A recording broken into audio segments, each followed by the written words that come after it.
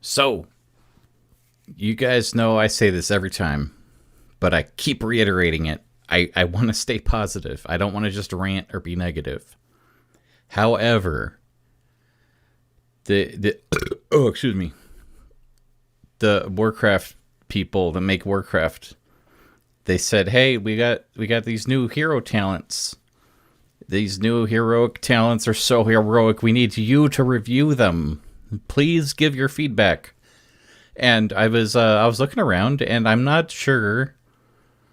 It feels almost too early to actually give feedback because I almost feel like I'm missing something. But part of me also kind of feels like, is that a red flag? Like, are they showing us everything and this is it? And I wasn't looking too deep, partially because I want to compare it. You know, they've been piecemealing the little previews, and it's like when you only have one option for your class, what are you even comparing? Like, I don't understand the point of these previews because the way that they're being piecemealed out, it's confusing me. So anyways, I thought we would do something a little different, and now I can actually do a proper comparison because the class and spec that I play is Augment Evoker. I've been playing Augment Evoker since it came out.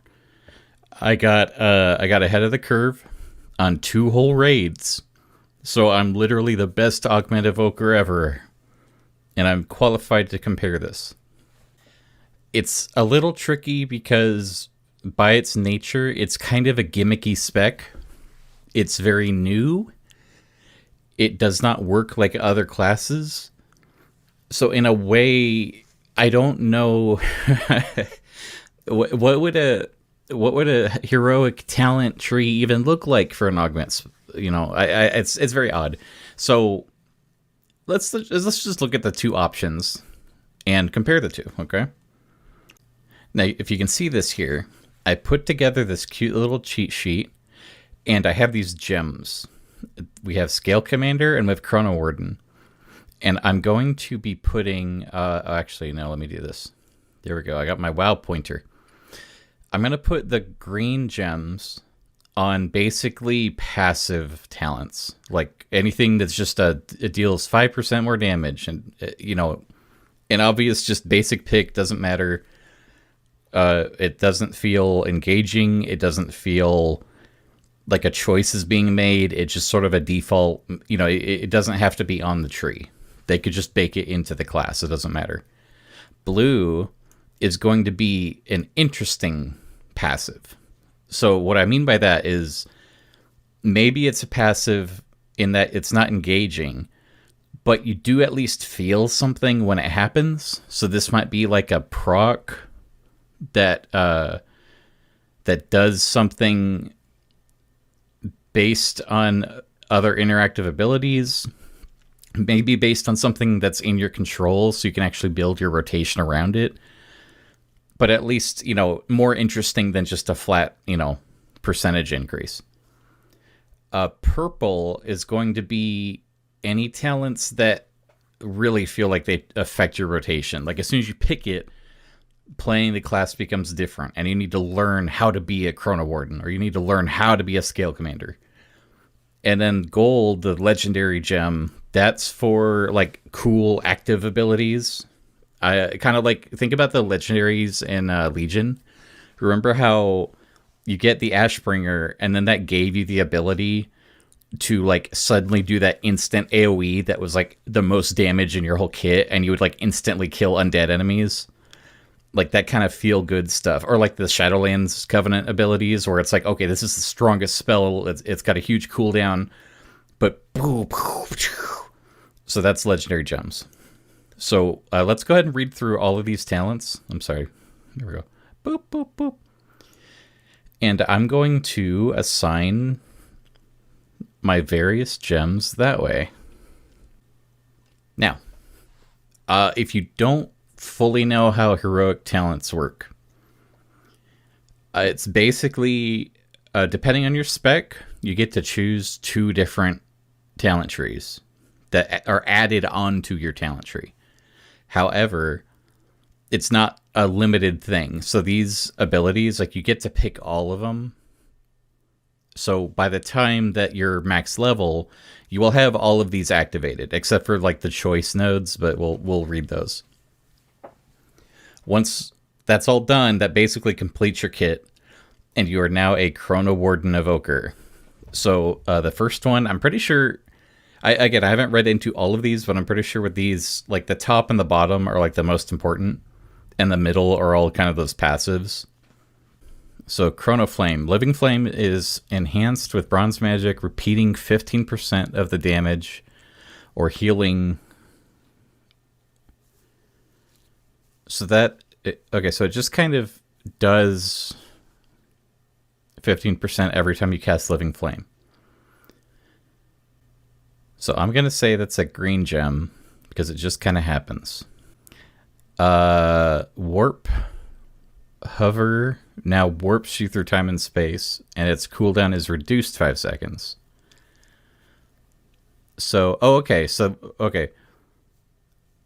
that's, so it just makes your hover go faster, but you can use it more frequently. So, okay, you know what? I'm going to say that's blue. It's, that's a little sloppy. I feel like maybe that has some utility, but also I kind of wonder if that's just situational that you even notice it. Temporal Burst. Tip the scales overloads you with temporal energy, increasing your haste, movement speed, and cooldown recovery, ramping up.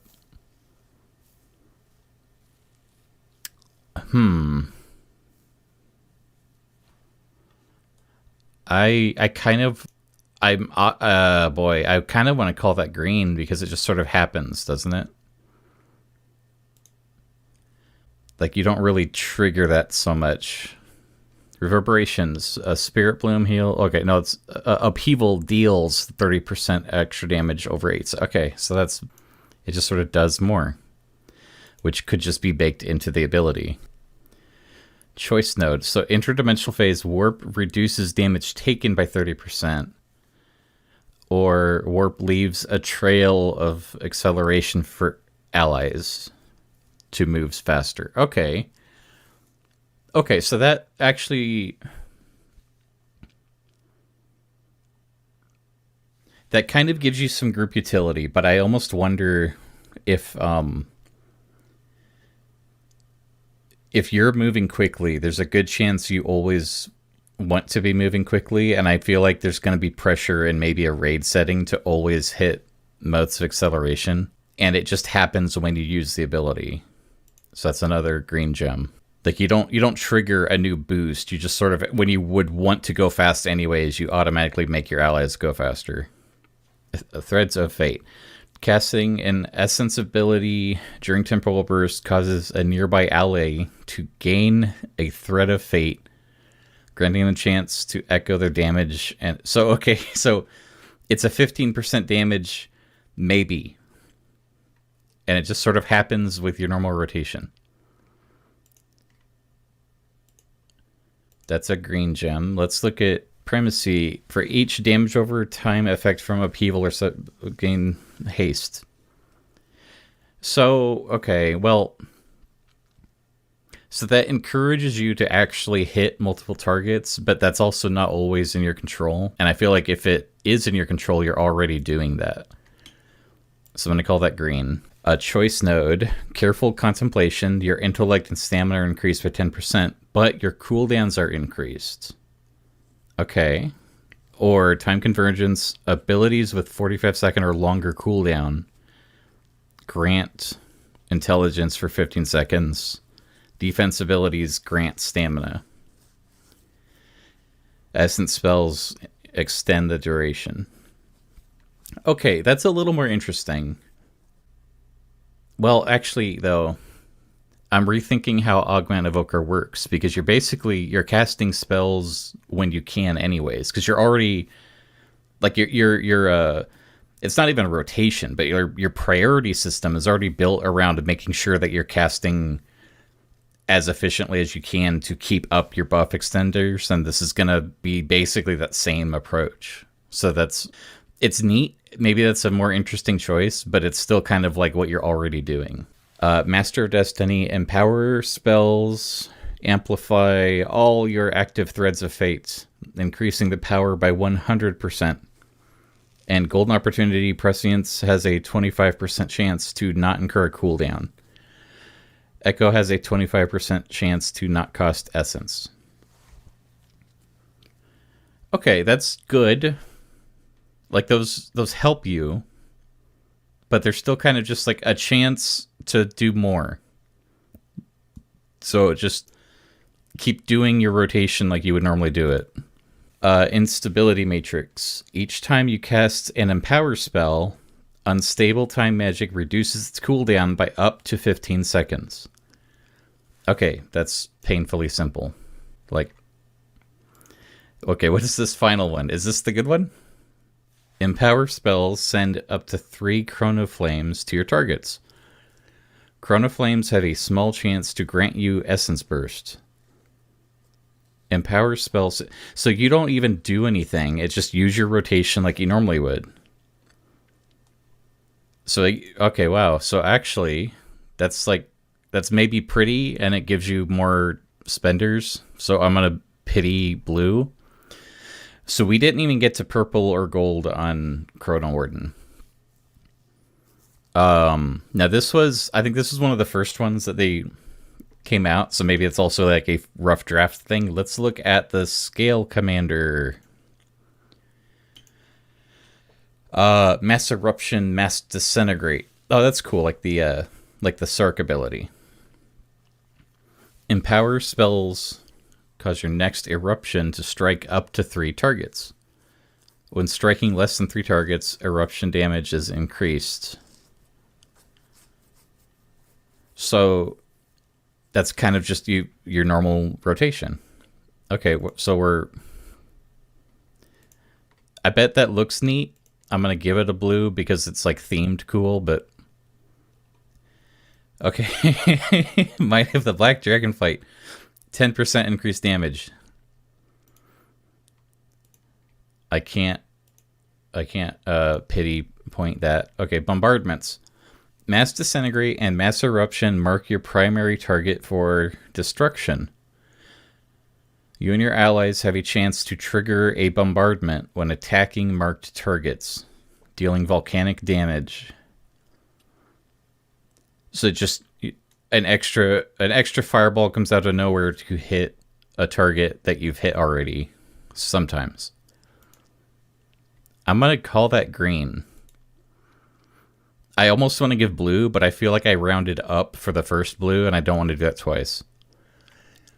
Onslaught. Entering combat grants a charge of burnout, causing your next living flame to cast instantly. That's nice. Melt Armor. Deep Breath and Breath of Eons cause enemies to take 20% increased damage from bombardments and essence abilities. Well, I mean, okay, so actually, so that's good, but again, I can't imagine that actually changing your rotation, because you're basically, you use those on cooldown when you can, and then, like, follow that up with your spenders. Like, isn't that basically the rotation already?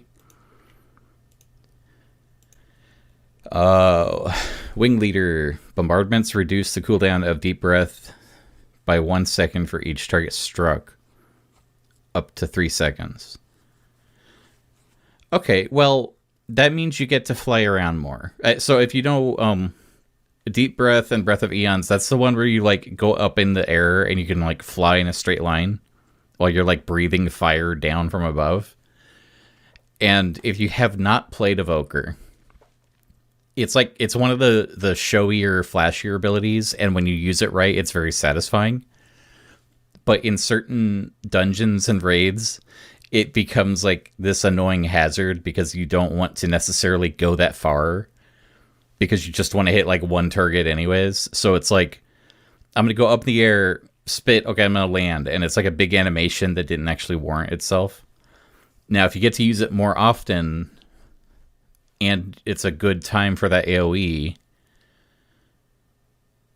especially an augment, because the way augment works, it doesn't do damage. It applies a debuff on the boss where it absorbs damage dealt, and then it does an extra like 10% of what was absorbed. It doesn't really change your rotation because you basically would just use it on cooldown. So it's like it's there more often, but you just when it pops up, you use it. I'm gonna give it blue. I'm not sure that's fair. Unrelenting Siege. For each second you are in combat, as your strike and living flame deal 1% increased damage up to 50%. Well, that's okay. I kind of like that because augmentation doesn't do enough damage on its own. So giving it a little bit of a buff is cool, even if it's a weaker ability. And also for devastation, the way the mastery works is you deal more damage the higher percentage the target is. So with a long raid fight, you're kind of doing less damage at the end, so that helps a bit. It doesn't do anything for your rotation, though. It just like passively happens. Okay, hardened scales. Obsidian scales reduce damage taken by 5%. Menacing Presence. Knocking an enemy up or backwards reduces their damage done to you by 15%. Okay. Oh, this feels like... this doesn't feel like a choice. It feels like, are you playing dungeons or raids right now?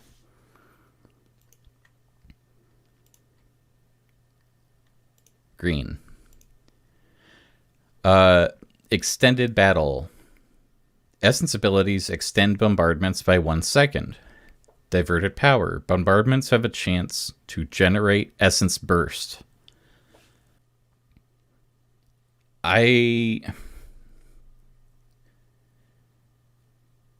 don't find that terribly engaging. It might be fun to watch bombardments happen for slightly longer. But is it blue gem fun? I mean, I might be wrong. I might get hands-on and go, wow, Scale Commander's amazing, but reading these is not inspiring me. Nimble Flyer. While hovering, damage taken from area of effects is 100%. No, it's not. It's 10%. Okay, Tailwinds. Deep Breath and Breath of Eons reset the cooldown of hover. Well, they're basically defensive utility, but like a selfish kind. I noticed with the Chronomancer, it seemed like you could share the love a bit, and with this one, it's a very selfish kind of playstyle. I don't know. I think I have to call this green. Okay, the big one. Maneuverability. Deep Breath and Breath of Eons can now be steered in your desired direction. In addition, Deep Breath and Breath of Eons burn targets for volcanic damage over 12 seconds. You can steer in your desired direction. What does that mean?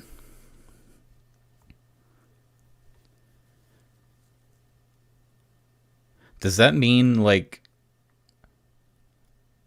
is there a turn speed? Like, is this a limited thing? Or if I wanted to, could I like whip around in a super tight circle really, really fast? But why would I even do that though? So if you use that ability, you hit each target once. I don't think you could like spin in a circle and hit a boss multiple times.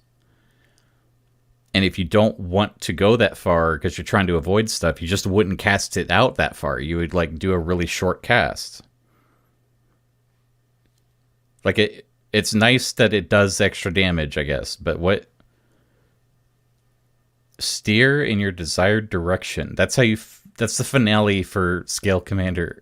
I'm calling that green. That's embarrassing. What is okay? So both of these. I didn't use purple. I didn't use legendary. I was rounding up Scale Commander Let me get my pointer. No, not that one. I was rounding up Scale Commander, and it only got 2 blues. These... I'm feeling very underwhelmed with these particular heroic talent trees. Especially because of the fact that you get all of these talents. Can I toggle that off? So they're not even choices. You get A or B. So it's like, do you want this or do you want that? It's not like, oh, I really want this bombardment build, or I want this maneuverability thing. I'm gonna be a flying Chrono Warden. It's like, no, you get this. You get all these passives. And they are all passives. Is there a choice here? I can guarantee you the day that this expansion comes out, I'm going to like Wowhead or something and just looking at what the guide says. And the guide's going to tell me, oh yeah, Chrono Warden gives you a plus 3.4% buff, and Scale Commander gives you a 3.3% buff. And I'm just going to copy and paste the talent tree that way. So I did this little experiment, and I went to Wowhead, and they actually have these very nice previews written up. I'm going to link them in the description below. And they have their, better players than me analyzing the abilities a little bit more. But at the same time, I feel like they're being a little generous a bit with how some of these work. And some of it almost feels like they're maybe assuming things, or they're just interpreting it differently than I am. Because there seems to be this vibe of positivity that I'm picking up. I was watching a video by Jazzarus. He has this video out called "This is Why the War Within Will Be Worse Than Dragonflight."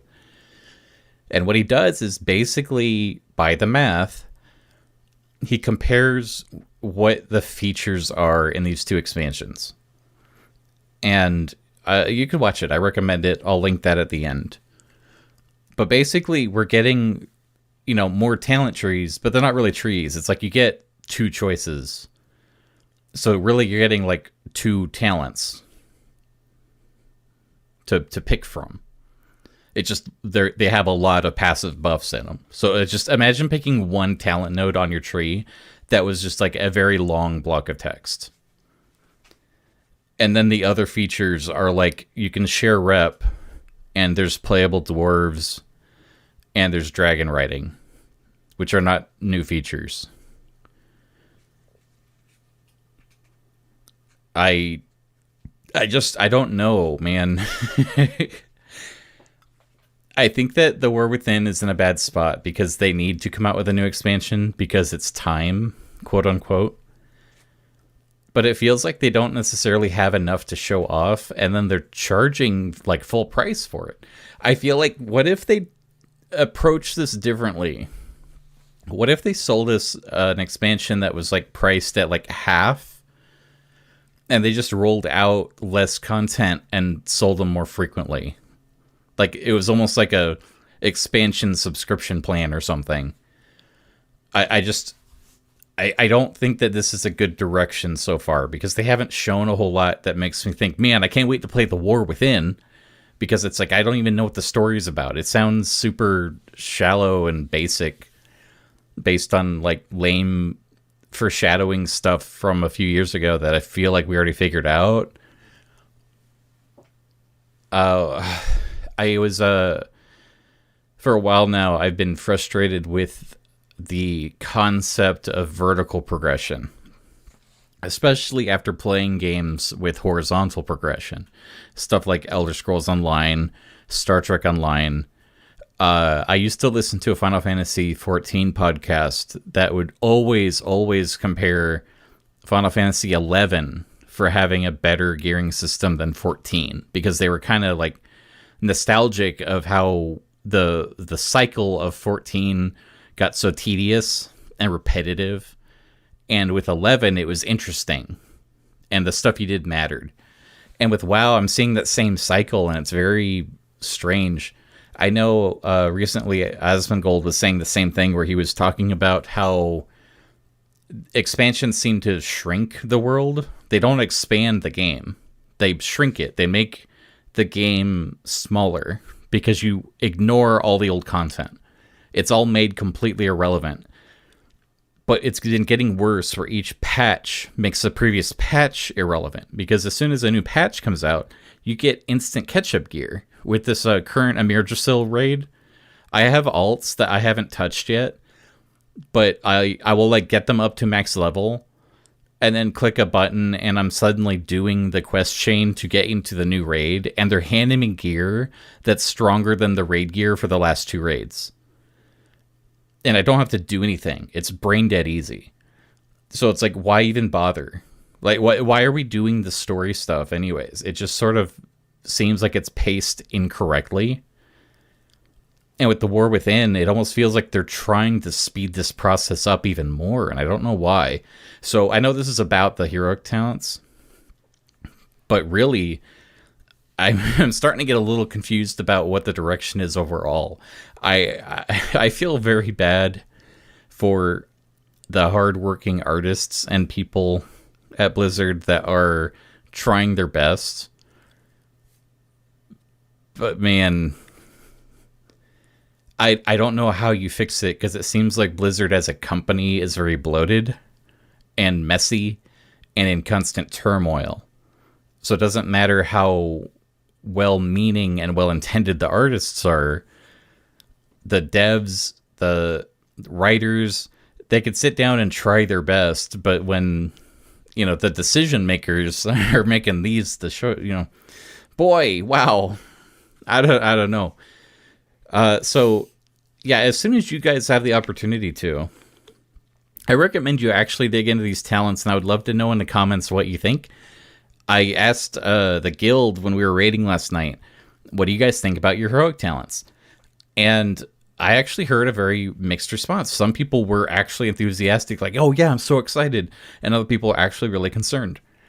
I know Augment Evoker is an odd one, so I'm in a bad spot. I can't say that the whole system's bad just because of what my experience is going to be. But now I'm kind of depressed because it feels like the game's not out yet and it's already completely solved. Like, I could just run the numbers right now and kind of estimate which talent tree will be better for me. And it's like, I know how I'm playing. Like, I will have nothing to discover now. Because it's just, I may as well be at max level. But that's all for now. And as always, WoW Pigeon is filmed in front of a live studio audience. Good night, everybody. Oh,